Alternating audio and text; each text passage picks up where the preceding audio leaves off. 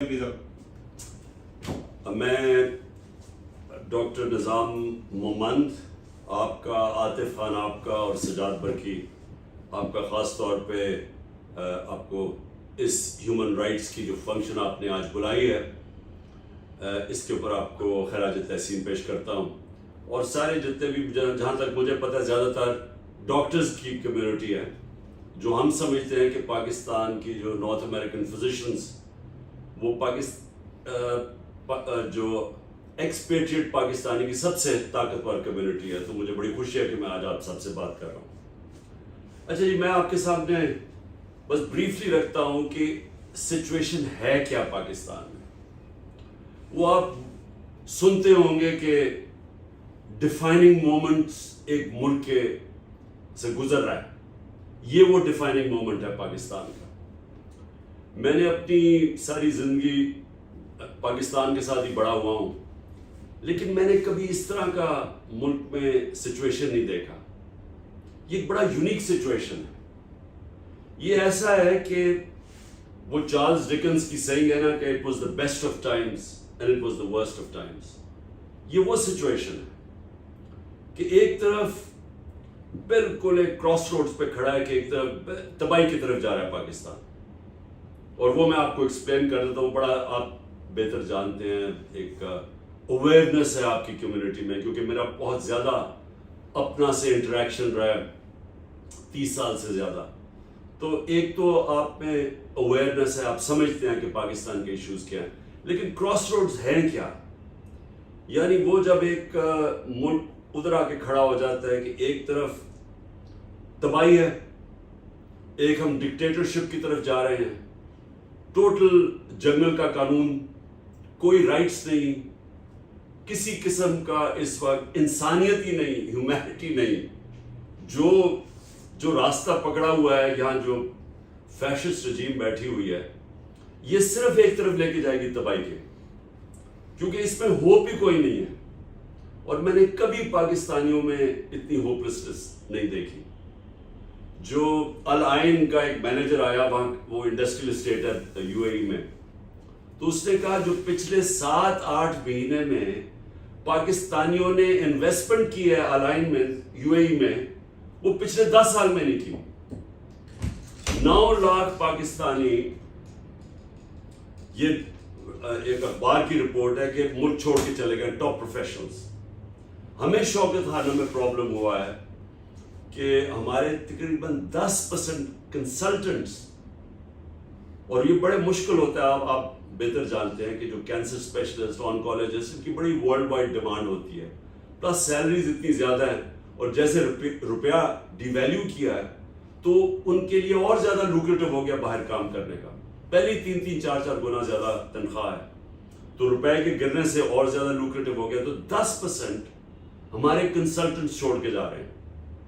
اور یہ ہر جگہ ہو رہا ہے جدھر پروفیشنلز ہیں، کیونکہ ہوپلیسنس ہے کہ ایک طرف ایک آدمی فیصلہ کرتا ہے بند کمرے کے اندر اپنے تھوڑے سے لوگوں کے ساتھ کہ عمران خان بڑا خطرناک ہے تو اس کی گورنمنٹ گرا دو. چلے جی، بڑا خطرناک ہے، گورنمنٹ گرا دی، لیکن اس ملک کے نامور ڈاکوؤں کو اور مجرموں کو اٹھا کے اوپر لا کے بٹھا دیتا ہے، جو 30 سال سے ثابت ایک دوسرے کو جو چور کہہ رہے تھے، جن کے اوپر باہر مضمون ہے ان کی چوری کے. زرداری کو نواز شریف نے 2 دفعہ جیل میں ڈالا کرپشن پہ. وہ جو حدیبہ پیپر مل کیس، اوپن شٹ کیس، وہ اس نے بنایا، زرداری نے بنایا نواز شریف کے اوپر. وہ دو جو ایک دوسرے کو کرپٹ کہتے تھے، جن کو پھر جنرل مشرف کرپٹ کہتا تھا، جنرل مشرف نے ان کے اوپر کیسز بنائے. نیب کا جو چیئرمین، پہلا نیب کا چیئرمین تھا جنرل امجد، اس نے ہمیں بریفنگ دی ان کی فورن پراپرٹیز کی.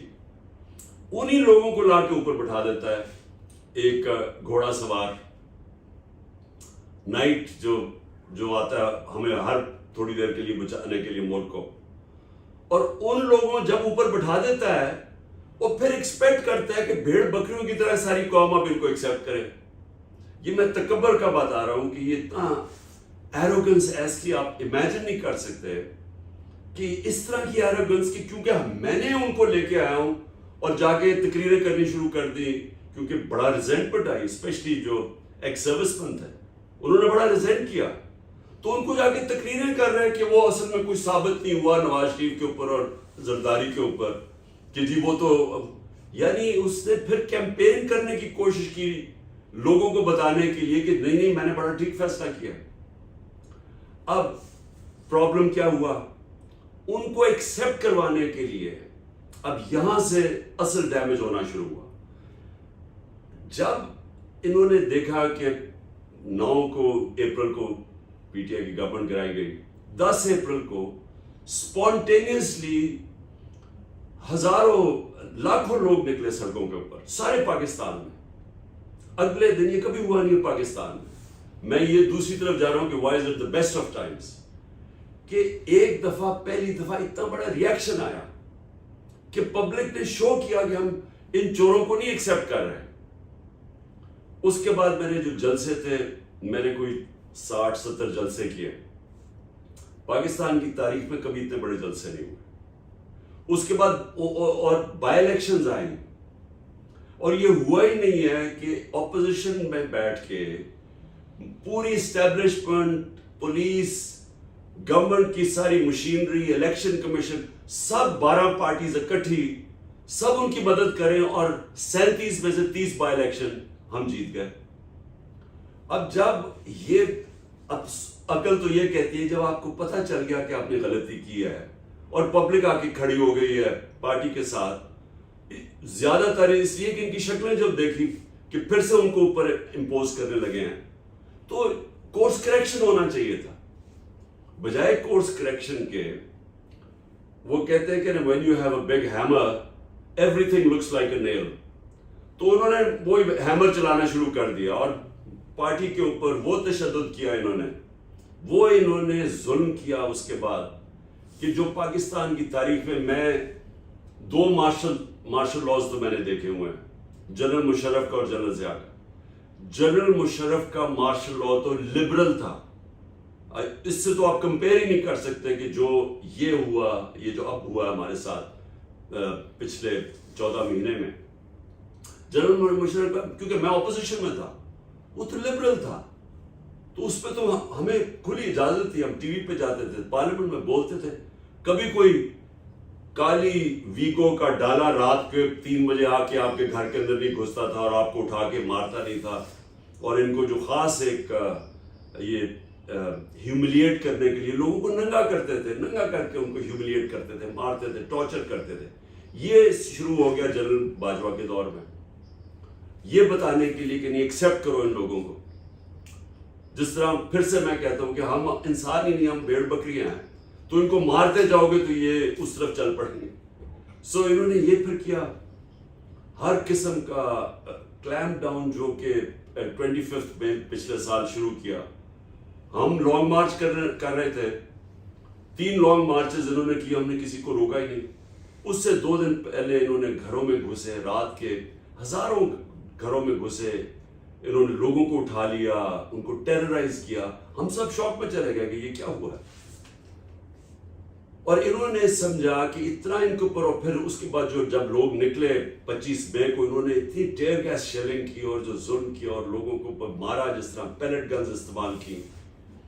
تو ان کا خیال تھا کہ یہ ایک بڑے سافٹ سے لوگ ہیں، ممی ڈیڈی کراؤڈ ہے، برگر کراؤڈ جس کو کہتے ہیں، یہ چپ کر کے بیٹھ جائیں گے گھروں میں. لیکن وہ پارٹی اس کے بعد بھی آگے بڑھتی گئی، تو ان کی سختی بھی بڑھتی گئی.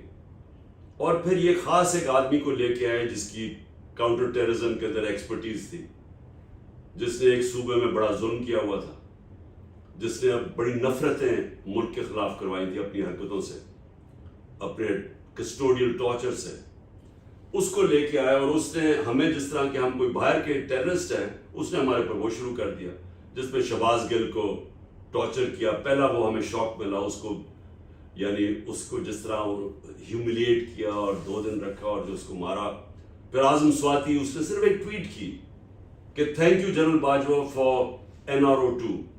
اس ٹویٹ کے اوپر بچوں کے سامنے، یعنی اس کے جو گرینڈ چلڈرن تھے اور بیوی کے سامنے، صبح کے 3 بجے کوئی 30-40 لوگ گھس گئے، اس کے سب کے سامنے مارا اس کو.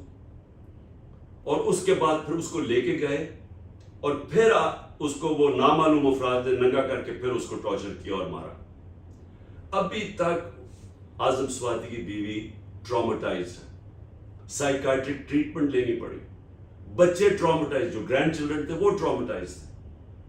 اس کے بعد اور اس سے پہلے ارشد شریف کا, اس کو پہلے انہوں نے وہ تھریٹ کیا, پھر اس کے اوپر کیسز کیے, پھر اس نے چیف جسٹس کو خط لکھا کہ میری زندگی خطرے میں ہے, اور وہ اس کے بعد ملک چھوڑ کے جب گیا تو اس کو کینیا میں اس کو اسیسنیٹ کیا.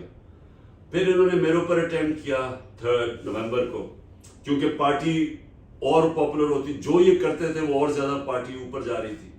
3 نومبر کو میرے اوپر اٹیمپٹ کیا, اور پھر اٹیمپٹ ہی نہیں کیا, پھر جو انویسٹیگیشن تھی اس انویسٹیگیشن کو سیبوٹاج کیا, جس میں ان شارٹ جو انہوں نے گورنمنٹ نے بیانیہ بنایا ہوا تھا یا پولیس نے کہ ایک شوٹر تھا, دینی انتہا پسند تھا, اور میں پہلے سے پریڈکٹ کیا تھا کہ دینی انتہا پسند کے ذریعے مجھے اسیسنیٹ کرنے کی کوشش کریں گے. تو انہوں نے جو فائنڈنگز آئیں, جو فورینسک رپورٹ آئی, آئی وٹنسز آئے, وہ 3 شوٹرز نکلے, تو وہ ڈیتھ ٹریپ تھا, وہ اللہ نے بچا لیا. تو وہ انہوں نے سیبوٹاج کر دی, وہ ہماری جی آئی ٹی کی رپورٹ, کیونکہ یہ اتنے طاقتور ہیں ابو لا. اس کے بعد پھر میرے اوپر ایک اور اٹیمپٹ کیا 18 مارچ کو, بڑی, وہ بھی اللہ نے خاص بچایا. انہوں نے پورا پلان کیا ہوا تھا جوڈیشل کمپلیکس میں مجھے قتل کرنے کا, ادھر سے پھر میں بچا. اس سے پہلے ایک اور ایونٹ ہوا تھا, ہیلی کاپٹر, ہم فلڈز تھے تو ڈی آئی خان سے ہیلی کاپٹر پہ, بڑا ہیلی کاپٹر تھا کے پی گورنمنٹ کا, ایک دم وہ نیچے آنا شروع ہو گیا, ہائٹ لوز کرنا شروع ہو گیا, پتہ چلا غلط فیول مکس اس کا غلط کیا گیا ہے.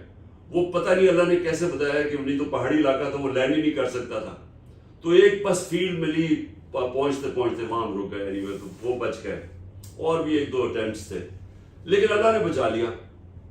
اس کے بعد یہ جو فائنلی یہ جو انہوں نے کیا 9 مئی کا, یہ 9 مئی کا اتنا بڑا یہ مذاق ہوا ہے کہ انہوں نے کہا جی غداری ہوگی ملک سے. 9/11 ہے پاکستان کا. 9 مئی کو کل سپریم کورٹ کی ڈیٹیل ججمنٹ آتی ہے. وہ کیا کہتی ہے؟ ڈیٹیل ججمنٹ یہ کہتی ہے کہ عمران خان کو انکانسٹیٹیوشنلی اینڈ ان لافلی وہاں سے ایبڈکٹ کیا گیا. سو کوشچن اب یہ ہے کہ جب مجھے ان لافلی اور انکانسٹیٹیوشنلی ایبڈکٹ کیا, اور صرف وہ ان لافل نہیں تھا کیونکہ وہ اریسٹ نہیں تھا, وہ رینجرز یا کمانڈوز نے مجھے اٹھایا تھا, کیونکہ میرے ساتھ 3-4 کمانڈوز تھے, وہ ساروں نے کہا, وہ ایس ایس جی کے تھے, سب نے کہا کہ جی ہم یہ جانتے ہیں رینجرز نہیں, یہ کمانڈوز تھے. اینی جس طرح انہوں نے مجھے پکڑا, وہ تو آپ نے سب نے بھی دیکھا ہوگا, لوگوں کو مارا انہوں نے ڈنڈوں سے. اور بیچارہ وہ ہائی کورٹ کا وہ سٹاف بیٹھا ہوا تھا اس آفس میں, ان کو مارا, ہمارے وکیلوں کو مارا, مجھے بھی ایک خیر. تو اور جس طرح لے کے گئے, تو کوشچن یہ ہے کہ کیا پبلک کا جو ریئیکشن تھا وہ جسٹیفائڈ تھا یا نہیں تھا؟ کیا میرے ورکر جنہوں نے اس طرح کی ابڈکشن دیکھی جو انلیگل اور ان لافل تھی, کیا ان کا کانسٹیٹیوشنل رائٹ نہیں تھا کہ پروٹیسٹ کرنا, پرامن احتجاج کرنا؟ مجھے تو پتہ ہی نہیں کیا ہوا اس کے بعد, کیونکہ مجھے تو بند کر دیا انہوں نے جا کے. تو جب میں سپریم کورٹ میں پیش ہوا تو جج نے پہلی دفعہ مجھے بتایا جی یہاں بڑا وائلنس ہوا ہے, یہاں بڑی توڑ پھوڑ ہوئی ہے, آرسن ہوا ہے. تو میں نے تو امیڈیٹلی کنڈیم کیا, کیونکہ ہم نے تو 27 سال کی پالیٹکس میں کبھی بھی الاؤ نہیں کیا وائلنس. ہماری تو ساری پالیٹکس ہی یہ تھی کہ لا کے بیچ میں رہ کے کرنا ہے, اور وہ پیسفل پروٹیسٹ ہمارا کانسٹیٹیوشنل رائٹ ہے. تو میں بڑا حیران ہوا کہ یہ ہوا کیا, یہ کیسے ہوا یہ کہ کور کمانڈر کا گھر جلا دیا گیا, اور یہ جو ریڈیو پاکستان جلا دیا گیا, اور 2-3 ایک وہ عسکری ٹاور وہ جلا دیا گیا. آہستہ آہستہ, کیونکہ پہلے تو سارے, اور 48 آورز میں ٹوٹل کریک ڈاؤن. ہو سکتا ہے کہ 10,000 لوگ آپ 48 گھنٹے میں پکڑ لیں اگر آپ کا پہلے سے پلان نہیں بنا ہوا تھا, کیونکہ کسی کے پتہ چلاتے ہیں آپ, ان کے گھر کے پتے لیتے ہیں, کچھ کرتے ہیں. یہ کیسے ہو گیا کہ 48 گھنٹے میں ایک دم 10,000 لوگ پکڑ کے جیل میں ڈال دیے, ساری لیڈرشپ پکڑ لی. اور جو سب سے افسوسناک چیز یہ ہے کہ کوئی انڈیپینڈنٹ انکوائری نہیں ہوئی. کہ ہم کہہ رہے ہیں دو ورژنز ہیں نا, ہم کہہ رہے ہیں ہمیں تو آہستہ آہستہ پتہ چل گیا کہ یہ امبیڈ کیے ہوئے تھے لوگ, ہمارا تو ان سے کوئی تعلق ہی نہیں تھا, تو ہمیں تو پتہ تھا کہ کیا کہ پارٹی نے کبھی کیا ہی نہیں ایسے, تو ہمیں پتہ تھا کہ لوگوں کو اندر گھسایا گیا جنہوں نے یہ کروایا. لیکن ون سائیڈڈ ورژن, کوئی انویسٹیگیشن نہیں, کوئی انڈیپینڈنٹ نہیں, جج جوری اینڈ ایکسیکیوشن نے فیصلہ کیا کہ جی انہوں نے کیا میرے کو مارو. اس سے بھی زیادہ آپ سب کے لیے میں کہنا چاہتا ہوں کہ یہ سب سے زیادہ خوفناک جو چیز وہ یہ کہ 25 لوگوں کو اس دن شہید کیا. 16 کے پاس تو ہمارے ان کے پورے ایڈریسز پتہ ہے وہ کون لوگ ہیں, لیکن جو باقی 9 لوگ ہیں وہ غائب ہے, ان کا ہمیں کوئی پتہ نہیں ہے, کیونکہ وہ ان کے سارے لوگ اتنا زیادہ ایک خوفناک سچویشن بنا ہوا ہے, اتنا زیادہ لوگوں کو ڈرایا گیا کہ وہ چپ کر کے کوئی بول ہی نہیں رہا, کیونکہ ہر کسی کو پکڑ اٹھا کے لے جاتے ہیں, رشتہ داروں کو اٹھا کے لے جاتے ہیں. لیکن اگر 16 لوگ بھی آپ کے 16 ڈیتھس, ایک پولیس والے کو یا رینجر کو گولی نہیں لگی, اس کا مطلب سب کسی کے پاس ہتھیار نہیں تھے, تو 16 لوگوں کو گولیاں لگی, 16 لوگ شہید ہوئے, 9 مسنگ, اوپر سے 100 لوگوں کو بلٹ وونڈز تھی, اور 3 لوگوں کی ٹانگیں کٹ گئی کیونکہ گولیوں سے ان کی ٹانگیں ضائع ہو گئی. ایک آدمی اس وقت پیرالائز ہے, اس کی کمر میں گولی لگی, اور آپ یقین کریں ایک کسی نے بولا ہی نہیں اس کے اوپر کوئی, یعنی وہ کور کمانڈر گھر بڑا برا ہوا, ہم سب کنڈیم کرتے ہیں, لیکن انسانی جانیں گئی ہیں. وہ کسی کے ان کے بچے تھے, کسی کے بیٹے تھے, کسی کے ہسبینڈ تھے, ان کے اوپر کوئی بات ہی نہیں کر رہا کہ وہ جی لوگ, ایک مینشن نہیں ہے. ہم ایف آئی آر نہیں کٹوا سکتے, کوئی ایف آئی آر نہیں کٹوا سکا کہ جو ان کے جو رشتہ دار شہید ہوئے, وہ تو ایک تو پولیس کا ڈر اتنا زیادہ ہے, تو ایک خوف کی فضا بنا کے سارا جو ڈسکورس ہے میڈیا کو ٹوٹل کنٹرول کر لیا. سارا میڈیا ٹوٹلی کنٹرولڈ ہے. آپ کو پتہ ہے کل آئی ایم ایف کی میٹنگ ہوئی تو وہ جو تصویر کے اندر سے مجھے انہوں نے غائب کر دیا, یعنی اتنا خوف ہے کہ عمران خان کا نام بھی نہیں آنا چاہیے. اور اس کے علاوہ ہمارے لوگ ٹی وی پہ نہیں جا سکتے ریپرزینٹ کرنے کے لیے, ان کو اٹھا لیتے ہیں. اب صرف وکیل ہی رہ گئے ہمارے پاس جو کہ ریپرزینٹ کرتے ہیں. اینی وے میں یہ کہہ رہا ہوں کہ یہ ون سائیڈڈ ورژن میرے مطابق یہ سارا پلان تھا. انہوں نے ہر حربہ استعمال کیا پی ٹی آئی کو کرش کرنے کا. وہ اور زیادہ اب پارٹی کو کیسے کرش کریں گے جب وہ پبلک نے فیصلہ کر لیا کہ وہ پارٹی کے ساتھ کھڑی ہو گئی. وہ ریفلیکٹڈ ہے بائی الیکشنز میں, وہ سارے اوپینین پولز میں ریفلیکٹڈ ہے. تو اس سے اگر یہ ان کا خیال ہے کہ یہ خوف پھیلائیں گے, لوگ ہمارے توڑ رہے ہیں, جو جیل میں جاتا ہے پی ٹی آئی کا پکڑ لیتے ہیں, وہ جیسے وہ کہتے ہیں کہ میں پی ٹی آئی چھوڑ رہا ہوں, اس کے سارے کرمنل کیسز ختم ہو جاتے ہیں, اس میں دہشت گردی ختم ہو جاتی ہے, سارے کیسز ختم ہو جاتے ہیں. تو ساروں کو پکڑتے ہیں جس کو پکڑتے ہیں. اور اتنا ہمارے کئی لوگ, اب doctor Yasmin 75 cancer patient, cancer survivor, اس کو پکڑا ہوا ہے, عورتوں کو پکڑا ہوا ہے, صرف اور صرف یہ زور لگانے کے لیے کہ پی ٹی آئی چھوڑ دو, پی ٹی آئی کو ختم کرو. تو میں کیوں اب کہتا ہوں کہ in a way it's the best of time. Best of times یہ ہے کہ کبھی بھی میں نے اپنی زندگی میں نہیں سوچا تھا کہ پاکستانی قوم کو سمجھ آئے گی جو میں نے یہ 27 سال پہلے اپنی موومنٹ شروع کی تھی انصاف کی. دیکھیں آپ اب امریکہ میں, آپ اس چیز کو سمجھتے ہیں, اور میں بھی تب سمجھا جب میں as a ten ager England گیا, جب میں کرکٹ کھیلنے گیا, پھر یونیورسٹی گیا, مجھے پہلی دفعہ سمجھ آئی کہ رول آف لا کیا ہوتا ہے. ہمیں اس چیز کی سمجھ ہی نہیں تھی, کیونکہ یہاں تو ڈکٹیٹرشپ تھی ایوب خان کی جب ہم بڑے ہو رہے تھے. تو پہلی دفعہ ہمیں سمجھ آئی کہ رول آف لا ہوتا کیا ہے, کہ نو ون از ابو لا, اور یہ ہے بیسس سویلائز سوسائٹی کا. اسی لیے میں نے اپنی پالیٹکس شروع کی تھی 27 سال پہلے, اور 14 سال اس میں سے ولڈرنیس میں تھے, کیونکہ لوگوں کو سمجھ ہی نہیں آ رہی تھی. کیونکہ یہاں جی ہر کوئی مجھے کہتا تھا جی روٹی کپڑا مکان ٹائپ کوئی سلوگن لے کے آئیں, نہیں تو لوگ آپ کے ساتھ نہیں چلیں گے. اور وہ میں سمجھ گیا کیوں, کیونکہ یہاں تو انصاف ہوا ہی نہیں ہے کبھی.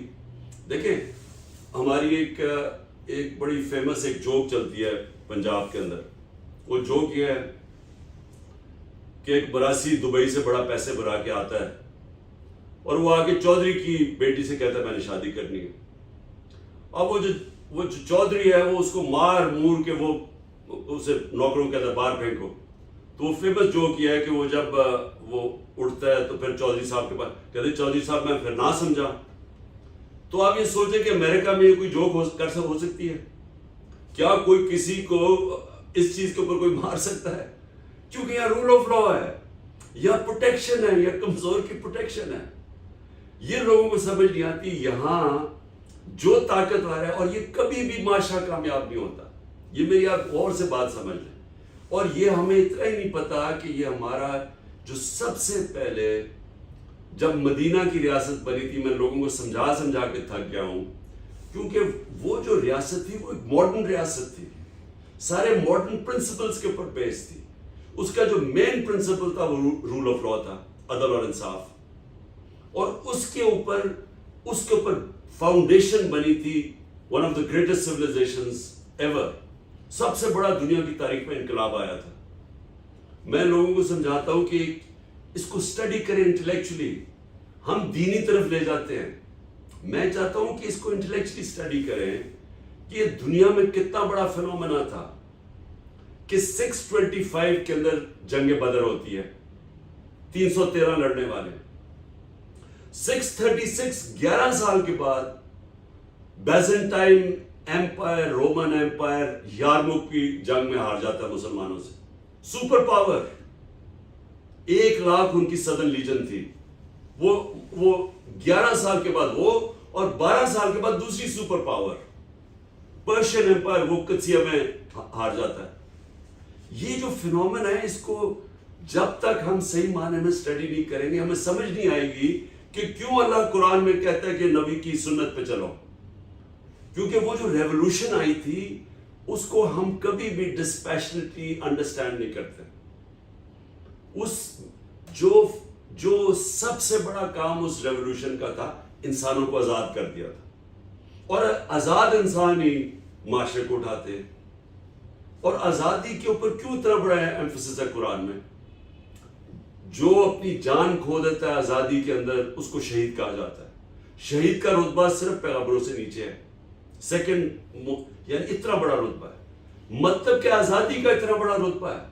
سارے اللہ کے جو پیغمبر آئے تھے وہ سارے انصاف کی بات کرتے تھے, کیونکہ انصاف سے آزادی ملتی ہے.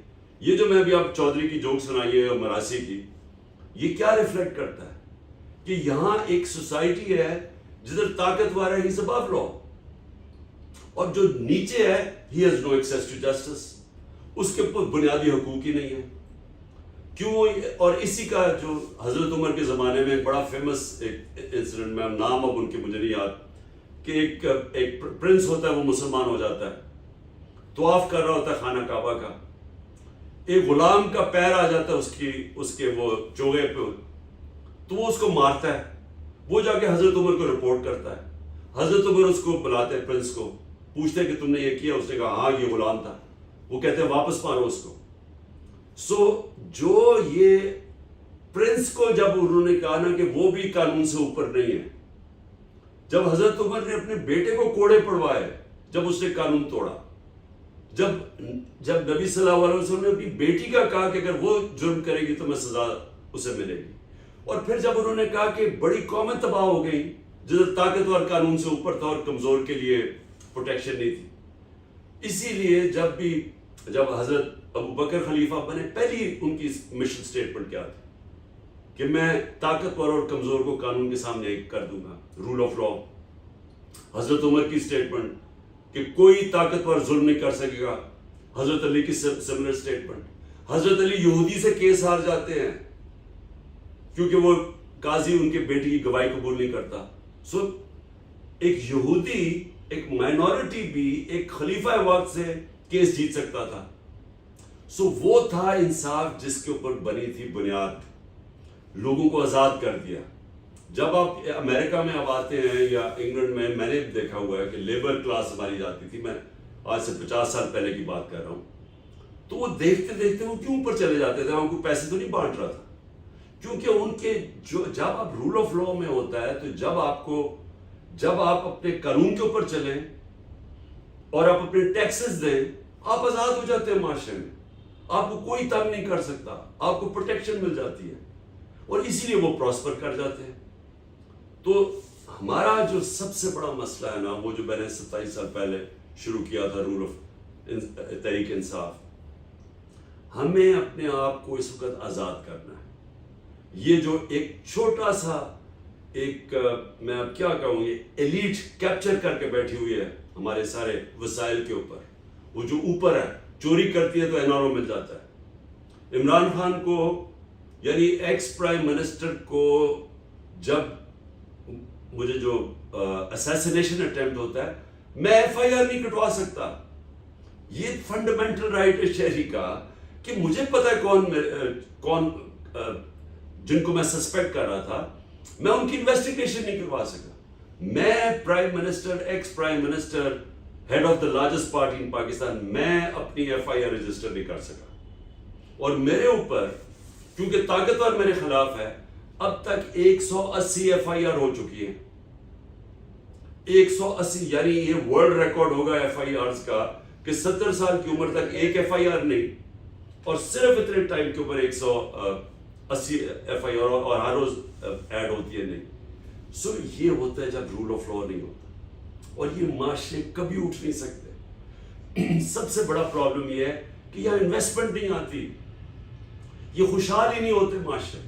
ایک ٹیبل صرف یہ دیکھ لیں کہ جو دنیا کے 140 ملک ہیں، ان میں یہ دیکھ لیں کہ جو رول آف لا انڈیکس پہ ٹاپ 15 پہ ہیں، اور وہ دیکھ لیں جو باٹم 15 پہ ہیں۔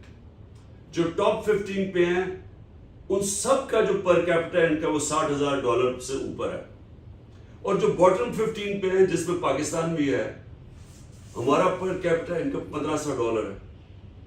جو نمبر 1 ہے ڈینمارک، اس کا $68,000۔ ہمارے سامنے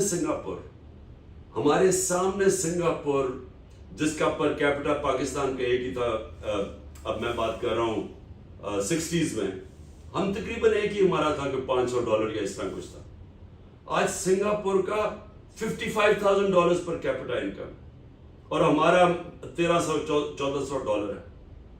اس کی وجہ کیا کہ سنگاپور کے اندر جو ان کا جو پریمیئر لی کوان یو تھا، اس نے سب سے پہلے رول آف لا رکھا ہے، اس کی کتاب بھی ہے، سب سے پہلے رول آف لا لے کے آیا۔ اور جو کرپشن ہے وہ سمٹمز ہیں when there is no rule of law۔ ساری جو غریب ملک ہیں وہ غریب ملک ہیں اس لیے کہ وہاں رول آف لا نہیں ہے۔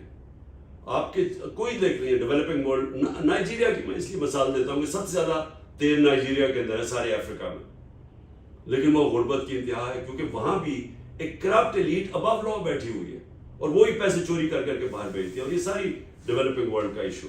سو ہمارا ٹو سم اپ اس وقت ہوا کیا ہے کہ پاکستانی قوم کے اندر وہ اویئرنیس ہے جو کبھی پہلے نہیں تھی۔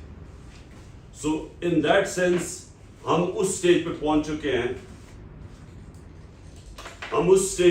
چکے ہیں جدھر کبھی بھی اس ملک کے اندر اس طرح کا پبلک اویئرنیس نہیں تھی، اور پبلک ایک طرف آ کے ایک پارٹی کے ساتھ کھڑی ہو گئی ہے۔ وہ جو مرضی کر رہے ہیں آپ، وہ پبلک اس پارٹی کے ساتھ جڑ گئی ہے آ کے، اس لیے یہ الیکشن سے بھاگ رہے ہیں۔ اس لیے انہوں نے 14 مئی کو despite supreme court order according to the constitution Punjab کا الیکشن ہونا چاہیے تھا، انہوں نے نہیں کرایا، کیونکہ سب ڈرے ہوئے ہیں۔ اور ڈرے اس لیے ہوئے ہیں کہ وہ جو میں نے آپ کو پہلے بتایا کہ جو 37 میں سے 30 بائی الیکشن ہم سویپ کر گئے ہیں ڈسپائٹ ٹوٹل گورنمنٹ سپورٹ اور اسٹیبلشمنٹ۔ سو اس لیے ہو کیا رہا، یہ بھاگ رہے ہیں الیکشن سے، اور یہ الیکشنز تب کروائیں گے جب یہ سمجھتے ہیں کہ تحریک انصاف کرش ہو گئی ہے۔ اور تحریک انصاف کو کرش کرنے کے لیے انہوں نے، جس طرح میں نے کہا، ساری سینئر لیڈرشپ یا چھپی ہوئی ہے یا جیلوں میں ہے، اور وہ جیل میں سے صرف تب نکلتی ہے اگر وہ اناؤنس کریں۔ لیکن آپ کو ذرا میں جو بتا رہا ہوں کہ وائی از اٹ کہ پاکستان کی تاریخ میں بہت، اور میں سمجھتا ہوں کہ اب اس کو کوئی روک نہیں سکتا، جب پبلک ایک کھڑی ہو جاتی ہے ایک پارٹی کے ساتھ، جب پبلک اس کو آپ جو مرضی کر لیں وہ تھوڑی دیر کے لیے سبڈیو بھی ہو جائے گی، لیکن جب ان کو موقع ملے گا الیکشن میں، یہ دیکھنا، میں آج آپ کے سامنے پروڈکشن کرتا ہوں کہ یہ جو مرضی کر لیں، یہ اس کو اب روک ہی نہیں سکتے، کیونکہ میں وہ آدمی ہوں جس نے 27 سال زیرو سے شروع کی ہے پارٹی. 27 سال پہلے یہ کسی نے بھی نہیں کیا کہ زیرو سے پارٹی شروع کی، اور میں نے 14 سال تو ولڈرنس میں تھے نا، آہستہ آہستہ میں نے پبلک اوپینین کو چینج ہوتے دیکھا. جو آج پاکستان کا پبلک اوپینین ہے، یہ کبھی پہلے نہیں تھا. جس طرح آج پاکستان قوم کو ایشوز کی سمجھ ہے، اور اس میں ہمارا یوتھ خاص طور پہ سوشل میڈیا کا بہت بڑا ہاتھ ہے، بلکہ آج تو ہم صرف سوشل میڈیا کے ذریعے آپ کے ساتھ کمیونیکیٹ کرتے ہیں. لیکن جو خوشائن چیز وہی ہے، اور میں آپ کو اب مثال دے رہا ہوں پنجاب کی. پنجاب کے اندر میں نے ٹکٹس دے دیے تھے، یہاں ہمارے جو الیکشنز ہو رہے تھے 14 مئی کے. اب یہ سوچیں کہ انہوں نے پورا زور لگا لیا، لوگوں کے گھر توڑے ہیں، لوگوں کے گھر لوٹے ہیں، لوگوں کے رشتہ داروں کے پاس پہنچ گئے، کیونکہ سب چھپے ہوئے ہیں. جتنے بھی ٹکٹ ہولڈرز ہیں ہمارے سب چھپے ہوئے ہیں، انڈر گراؤنڈ ہیں. ان کے رشتہ داروں پہ پہنچے ہیں، ان کے بچوں پہ پہنچے ہیں، ان کی بزنسز بند کر دی ہے. یعنی کبھی اس طرح کا تشدد نہیں کیا. میں بھی یہ کرتے ہوں گے نازی جرمنی کے اندر یا اسٹالن کے سوویت یونین میں، کہ اگر آپ کا جس آدمی کو ڈھونڈنا ہے وہ نہیں ہے تو اس کے رشتہ داروں کو پکڑ لو، اس کے بچوں کو پکڑ لو، ان کی عورتوں کو پکڑ لو. یہ کبھی نہیں ہوتا تھا، میں نے تو کبھی نہیں سنا. اس کے باوجود ہر قسم کا انہوں نے ظلم کیا اور ان کو ڈرایا، دھمکایا، ان کی بزنسز بند کیے ہیں. 400 ٹکٹ ہولڈرز ہیں پنجاب میں. آپ یقین کریں کہ 400 میں سے اس پورے تشدد کے باوجود صرف 40 گئے ہیں، باقی سارے انٹیکٹ کھڑے ہیں. تو اس سے یہ اپڈیٹ ہوئے ہیں، کیونکہ انہیں پتا ہے کہ جب الیکشن ہوگا، اچھا جو ٹکٹ ہولڈرز ہیں ان کو بھی پتا ہے کہ جیسی جو چھوڑ رہا ہے، وہ پبلک کا اتنا ریئیکشن آ رہا ہے کہ ان کی کوئی چانس ہی نہیں ہے، ان کی پالیٹکس ختم ہو جاتی ہے، اس لیے ریزسٹ کر رہے ہیں. اور وہ چھوڑتا ہے تو 6-7 نیچے بیٹھے ہوئے ہیں ان کی جگہ لینے کے لیے. اس لیے یہ پبلک کو یہ نہیں کچھ کر سکتے. یہ جتنا بھی کریں گے پبلک اوپینین کوئی یہ جانور نہیں ہے. پبلک اوپینین کو آپ اب یہ اس طرح کی طریقوں سے، نیچے ووٹر تو آپ کا کھڑا ہوا ہے. تو انہوں نے جو یہ جو اب آگے، اب میں آپ پریڈکٹ کر رہا ہوں آگے انہوں نے کیا کرنا ہے. اب یہ ڈریں گے، الیکشن اناؤنس کرنا پڑے گا ان کو. 14 اگست از دا لاسٹ ڈیٹ. اس کے بعد ان کو الیکشن کرنا پڑے گا. تو ان کا پلانز کیا ہے؟ ایک مجھے جیل میں ڈالنے کا پلان ہے. میں اینٹیسپیٹ کر رہا ہوں کیونکہ 180 کیسز ہیں، تو میں اینٹیسپیٹ کر رہا ہوں کہ منڈے یا فرائیڈے تک یہ مجھے جیل میں ڈال دیں گے، کیونکہ مجھے لگتا ہے کہ ان کے پلانز وہ بنے ہوئے، ڈیسپریٹ ہوئے ہیں. وہ کیس ہی کوئی ایسا نہیں ہے اب تک جو وہ عدالت میں جاتا ہے، وہ کیس ہی سارے بوگس کیسز ہیں، لیکن اتنے زیادہ کیے ہوئے ہیں اور انہوں نے تھوڑا مینج کیا ہوا ہے. میں سمجھتا ہوں کہ اچھا میں جیل میں چلا گیا، یہ ڈسکوالیفائی کرنے کی کوشش کریں گے. ایک جج ان کی پوری مدد کر رہا ہے اس وقت، تو وہ دوسری چیز ہے. لیکن اس سے کیا فرق پڑ جائے گا؟ ڈسکوالیفائی کریں گے، جیل میں بھی ڈال دیں گے، تو الیکشن میں تو پارٹی کو کیسے، ووٹر کو کیسے روکیں گے؟ تو میری پریڈکشن یہ ہے کہ جو بھی کریں یہ اس سٹیج پہ پہنچ گئے کہ جیت نہیں سکتے. لیکن انہوں نے الیکشن ڈیلے کرنے کی کوشش کرنی ہے، اور اس کے لیے جو میں کہہ رہا ہوں نا کہ یہ بلائنڈ ایلے کی طرف آپ جا رہے ہیں. جتنا بھی اب یہ ڈیموکریسی کا قتل کریں گے، پارٹی کو ڈسمینٹل کرنے کی کوشش کر رہے ہیں اور ہر پہ استعمال کریں گے، یہ صرف تب اس ایکسٹینٹ پہ چلے جائیں گے کہ الیکشن بھی فارسیکل ہو جائیں گے، اور وہ بجائے الیکشن سٹیبلٹی لانے کے اور ڈی سٹیبلائز کر دیں گے ملک کو. اور IMF کے ساتھ جو میں نے کل بات کی تھی، اور وہ سمجھتے ہیں اس چیز کو کہ جب تک پولیٹیکل سٹیبلٹی نہ آئے اکانومی تو سٹیبلائز کر ہی نہیں سکتی. اور اکانومی تب سٹیبلائز کرتی ہے جب ایک پریڈکٹیبلٹی ہو ایک سسٹم میں، رول آف لا ہو، لوگوں کو یہ پتا چلے کہ اب یہ 5 سال تک یہ ایک پارٹی ہے، اس کے یہ پروگرام ہے، اس کا یہ اکنامک پالیسیز ہیں. اور یہ جو سب سے امپورٹنٹ پاکستان میں چیز ہے، کانٹریکٹ انفورسمنٹ اینڈ جو جوڈیشل سسٹم کے اندر ٹرسٹ ہو انویسٹر کا، وہ تو صرف تب آ سکتا ہے کہ ایک تکڑی حکومت پبلک مینڈیٹ سے آئے جو کہ امپوز کرے رول آف لا. اب میں یہ آخر میں صرف یہ کہہ رہا ہوں کیونکہ آپ پاکستان کی جس طرح میں کہا بڑی وہ کمیونٹی ہے جو پاورفل بھی اور زیادہ آپ انفلوئنس کر سکتے ہیں یو ایس کے اندر پالیسی کو اگر آپ تھوڑا اور یونائٹ کر جائیں. لیکن ایک پرابلم ہماری جینز میں ہے کہ پاکستانی اس کو یونائٹ کرنا آسان کام نہیں ہے کیونکہ میں تو کرکٹ کے زمانے سے جانتا ہوں. جب میں پہلی دفعہ 18 سال کا تھا ٹیم کے اندر آیا تو میں نے 14 کی اسکواڈ کے اندر 3 ٹیمیں دیکھی بجائے ایک ٹیم کے. تو پھر میں نے ریئلائز کیا یہ ہماری جینز میں کوئی ایشو ہے. تو میں ہمیشہ یہ پرابلم یونائٹ کرنے کا ہمیں مشکل ہوتا ہے. لیکن اگر آپ کی کمیونٹی یہاں امریکہ میں یونائٹ کر جائے یہ بہت پاورفل وائس بن سکتی ہے. یہ جس طرح انڈین کمیونٹی خیر انڈین تو اس وقت ہمارے سے بدقسمتی سے بہت آگے نکل گئے ہیں لیکن ہم اگر یہاں یونائٹ کر جائیں تو اس کا امپیکٹ بڑا پڑ سکتا ہے. لیکن میرا جو نظر میں کہ جو سب سے ہمیں فائدہ ہے جو میں انویزج کر رہا ہوں کہ انشاءاللہ اللہ نے موقع دیا تو ہم کیسے نکلیں گے. ہمارا سب سے بڑا کرائسس ہے کہ ہمارے پاس ڈالرز کی کمی ہے, ہمارے ریزروز کم ہے, ہم ڈالر انکم کبھی بھی کسی نے ایکسپورٹس پہ زور نہیں لگایا. تو میں جو آگے فورسی کرتا ہوں کہ ہمارا جو 10 ملین اوورسیز پاکستانی ہیں ان کی یہ ہے ہمارا فیوچر جن کی وجہ سے پاکستان اپنا کک سٹارٹ کرے گا اپنی اکانومی کو. اور وہ تب کرے گا جب ہم ان کو پاکستان کے جو سسٹم ہے جو پاکستان کا جوڈیشل جسٹس سسٹم ہے اس کے اوپر جب اعتماد ہوگا. کیونکہ ابھی تو یہ حال ہے کہ اگر کوئی ایک پلاٹ ہی لیتا ہے تو اس کے اوپر قبضہ ہو جاتا ہے اور وہ بیچارے کے پاس کوئی, میں نے تو دیکھا ہوا نا یہ حالات کیا. ہم نے تو خیر بڑی کوشش کی تھی اسپیشل کورٹس بنانے کی اوورسیز پاکستانیز کے لیے, لیکن اگر پلاٹ جیسی چیز کے اوپر قبضہ ہو جاتا ہے تو کون انڈسٹری میں انویسٹ کرے گا, کون سرمایہ کاری کرے گا. اور یہ ہمارا سب سے بڑا المیہ ہے ہمارے سسٹم کے اندر. جس طرح میں نے کہا پاکستان ڈینمارک نمبر 1 ہے رول آف لا انڈیکس میں, Pakistan out of 140 countries 129th and that was before the crackdown. جو کریک ڈاؤن کیا اب تو بالکل ہی رول آف لا ختم ہو گیا نا, اب تو لا آف دا جنگل ہے پاکستان میں.